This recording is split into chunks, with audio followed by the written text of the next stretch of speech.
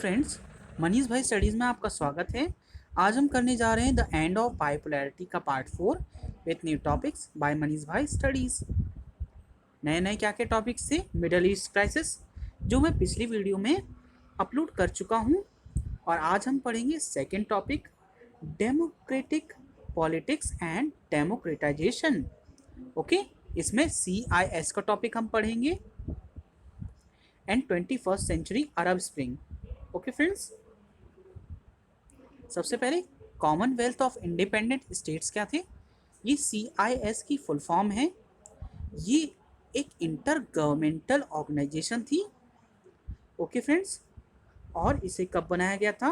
1991 में बनाया गया था। और इसे किन देशों ने मिलकर बनाया था? जो पहले सोवियत यूनियन के साथ थी। सोवियत यूनियन अलग हो गया था ना, और ये कुछ नाम हैं उनके। अब देखिए कौन कौन सी कंट्रीज थी। कम से कम 12 कंट्रीज थी। आर्मीनिया, जॉर्जिया और रशिया, यूक्रेन, कजाकिस्तान, और इसी तरीके से 12 कंट्रीज हैं। आप इनको याद कर लीजिएगा।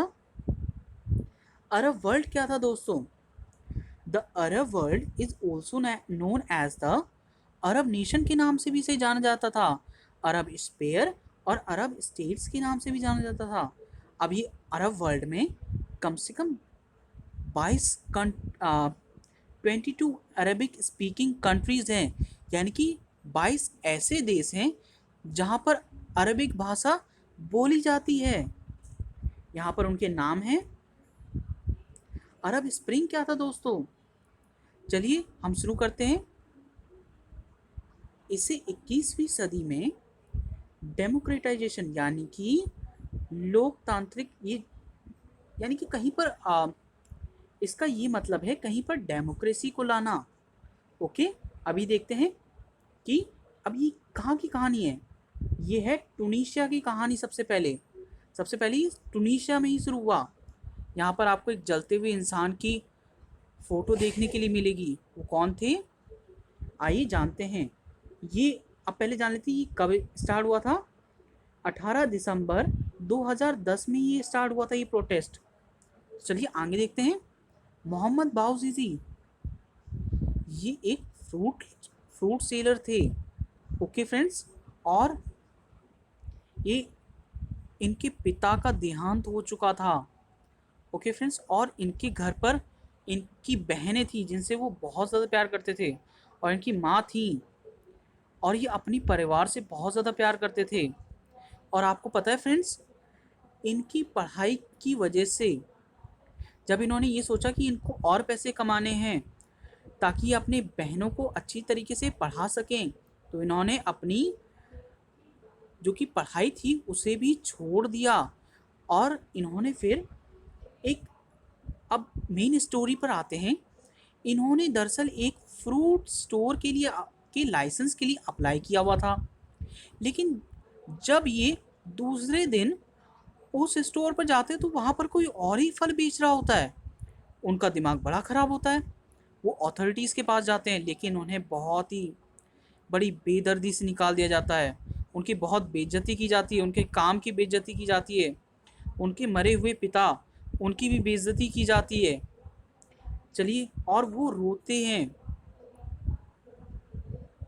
ये मैं आपको पहले ही बता चुका हूँ। अब क्या हुआ, उन्होंने क्या काम किया?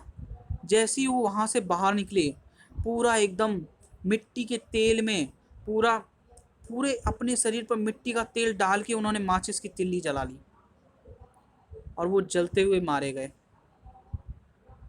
ओके फ्रेंड्स, इससे क्या हुआ? प्रोटेस्ट स्टार्ट हो गया अथॉरिटीज़ के खिलाफ, क्योंकि ये तो सरासर करप्शन ही था जो इनके साथ हुआ। ओके फ्रेंड्स, और मैं आपको एक और बात बताना चाहूँगा। इन्होंने अथॉरिटीज़ को पैसे भी दे चुके थे, लेकिन घूस नहीं दी थी। इसी वजह से इनका लाइसेंस नहीं बनाया उन लोगों ने। अब ये जो प्रोटेस्ट स्टार्ट हुए, इनकी जो कि लपटें थी, उसने अल्जीरिया, इजिप्ट और जॉर्डन को भी अपने चपेट में ले लिया। वहाँ पर भी डेमोक्रेसी की मांग होने लगी। दोस्तों, टूनीशिया में पहले किसका, देखिए, टुनीशिया में अब क्या हुआ, लोगों ने नारे लगाना शुरू कर दिए, जनता की पुकार, शासन का खात्मा हो। ओके फ्रेंड्स, ऐसी अरेबिक भाषा में कहा था। तो यहाँ पर ये बैन अली हैं, ऐसे इनका पूरा नाम ज़ाइन एल अबैदीन बेन अली है, सॉरी प्रोनाउंस ना कर पाऊँ तो। ये उस समय टुनीशिया में लीडर थे, बहुत ही क्रूर लीडर थे दोस्तों। और जो लोग प्रोटेस्ट करते थे इनके खिलाफ, डेमोक्रेसी के लिए, उनके साथ आप सोच नहीं सकते हो कैसा व्यवहार होता था। आपकी इमेजिनेशन से बियॉन्ड टॉर्चर किया जाता था उन्हें बहुत बुरी तरीके से। उन्होंने मिलिट्री फोर्सेस का भी इस्तेमाल किया था। मिलिट्री फोर्सेस को आदेश दिए दिया था कि जो भी प्रोटेस्ट किया है गोली मार दो उसे। लेकिन फिर बाद में कहते हैं ना कि आम आदमी सोता हुआ शेर है, छेड़ो मत, जाग गया तो क्या होगा आप जानते ही हैं। तो इसी तरीके से उसे रिज़ाइन भी करना पड़ा, और फिर उसके बाद डेमोक्रेसी को लाया गया। वहाँ के जो कि फेवरेट लीडर थे उन्हें वहाँ का लीडर बनाया गया। ओके फ्रेंड्स, तो यहीं आपका चैप्टर ख़त्म होता है, दी एंड।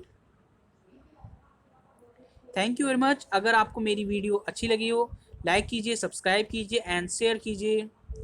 और इस लॉकडाउन में स्टे होम, स्टे सेफ, घर पे रहना ही सबसे ज़्यादा सुरक्षित है। Bye bye, tata, take care. जय हिंद, जय भारत।